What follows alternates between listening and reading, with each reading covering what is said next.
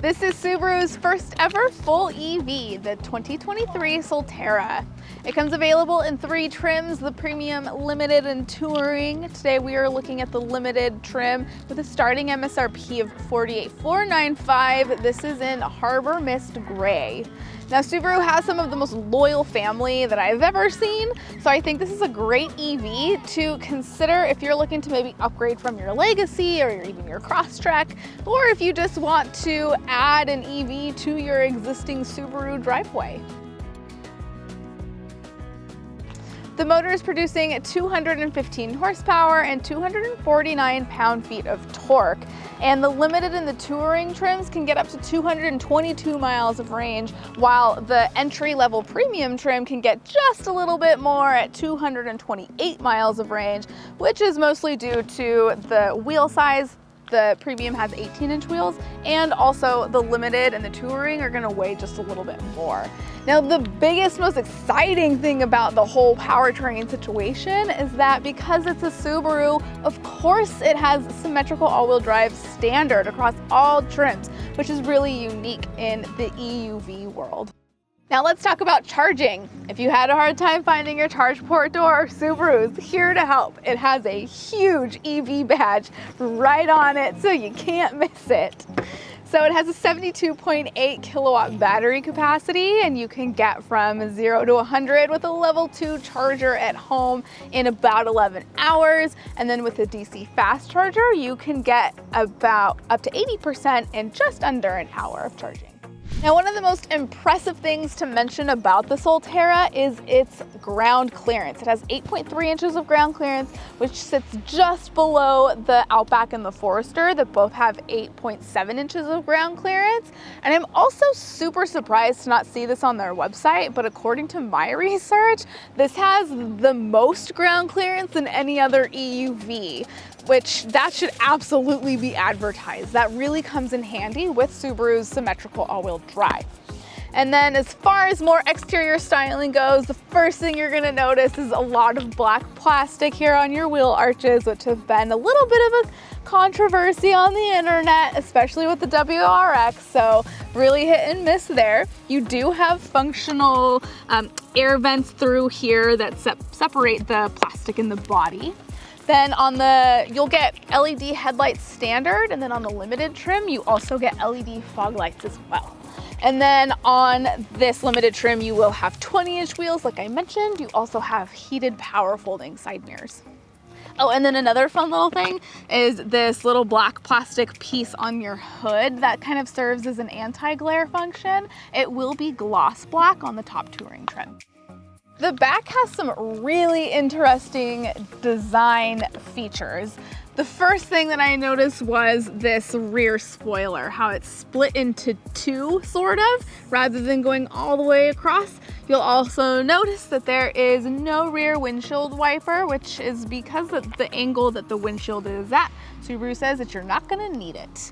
I also thought that the lip here was really interesting because it's kind of split into 2. I can run my fingers all through, like between that. The LED taillights kind of shoot out into 4 different directions, which I thought was a really interesting design feature. I almost would have preferred this to be body colored, but it does match really well with the spoiler and everything else. And then of course you do have your symmetrical all-wheel drive badge and yet another huge EV badge.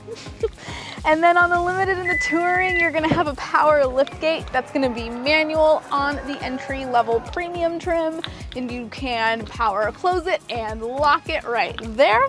You'll get up to 65.5 cubic feet of space with that second row folded flat. They fold 60-40 split. And then you have even more storage tucked away in here, which is a great spot for maybe your level 2 charger, something like that. If you're taller than me, you can probably reach back there to fold that second row down, but I am only 5'1", so I have to walk around to the side to fold this flat.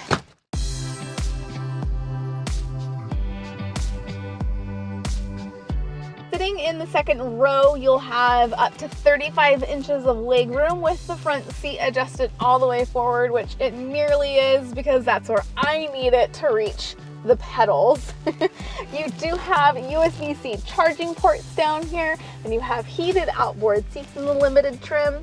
In your middle seat, you do have 2 cup holders, as well as this funny little slot that can easily store a cell phone. There is a lot of piano black, which is known for getting some fingerprints, but when it's clean, it looks amazing.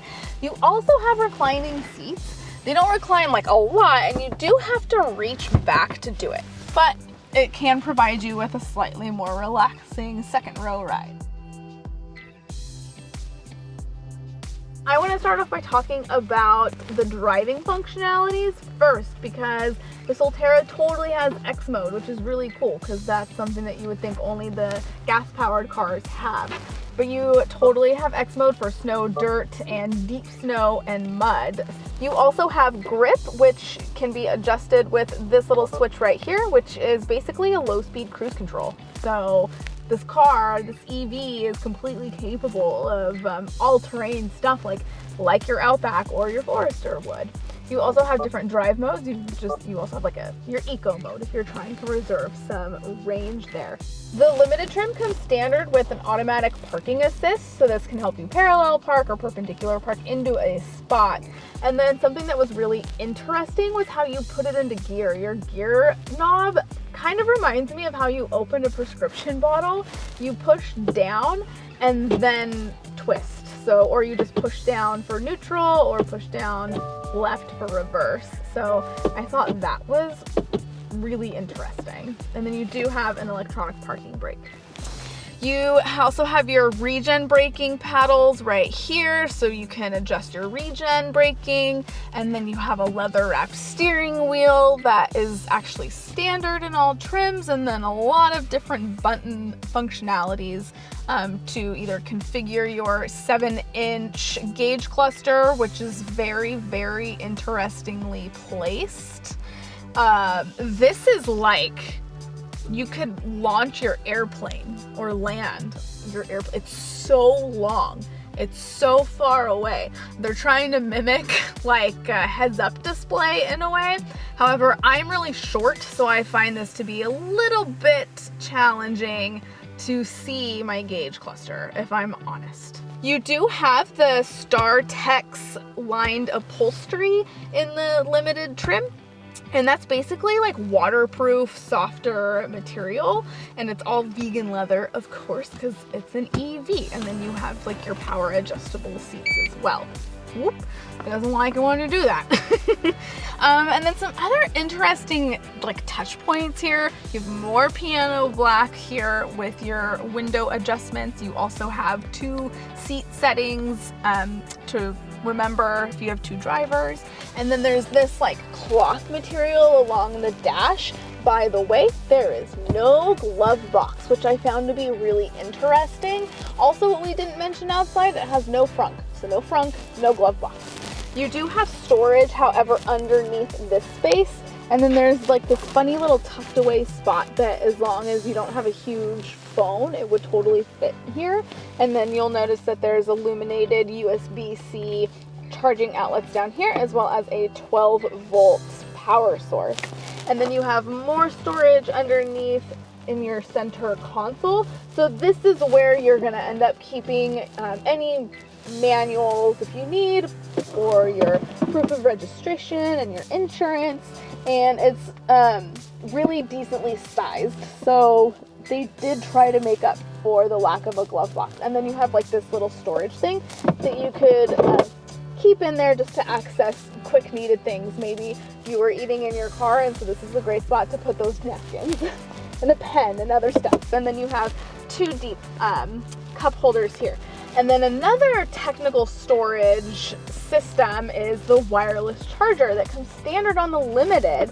And it's really interesting. You just press to open it, and then your phone sits right in here. And there is another USB-A charging port right down in there. Now, I think that this makes it look like you're putting your phone in jail because of the design of the door, but they do say that they made it this design so that when you turn your car off, your phone will stop charging, your screen will illuminate, and then you won't forget it because you have it locked away out of sight for your drive. A few more things, you do have a Harman Kardon sound system in the Limited and the Touring trim, and you do not have the sunglasses storage that I love so much, and your sun visors here don't extend, but they do have the little thing that pops out right there, which still functions just as well. Let's have a look at the climate controls. Everything is a touch screen. It's not haptic touch. It does not, you have no feedback when you press these buttons. You can hear them. That's about it. So you do have heated seats. That's a standard feature. If you want ventilated seats, that's only available in the Touring trim. You do have a heated steering wheel as well. And then you can control your volume with these buttons, or the power of your entire infotainment system with just these buttons, or there's also a volume button on your steering wheel, of course. And then this is how you control your temperature for each side. So you have dual automatic climate control. This is your fan speed. These all just kind of, go up or down. And then you can also control where the air is coming from, and like your defroster. And then moving up here, this is the upgraded 12.3-inch infotainment system. Standard on the Limited trim. It's going to be 8 inches only on the premium trim.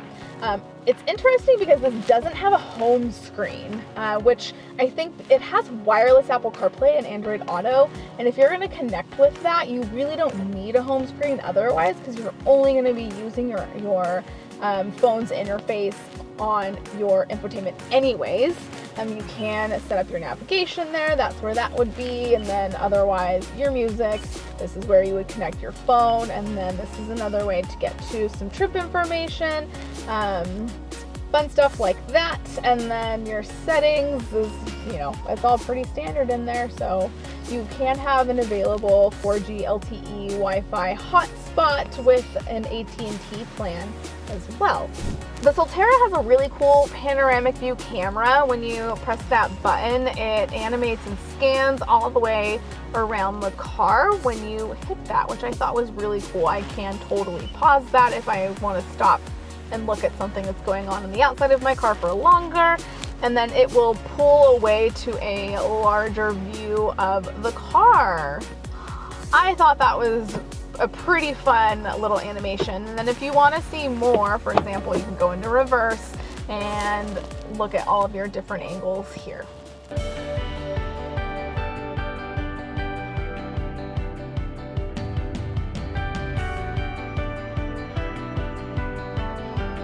That's a wrap on the Subaru Solterra. If you have any further questions, drop them in the comment section below. And a big shout out to Capital Subaru in San Jose for hooking it up with today's car. Thanks.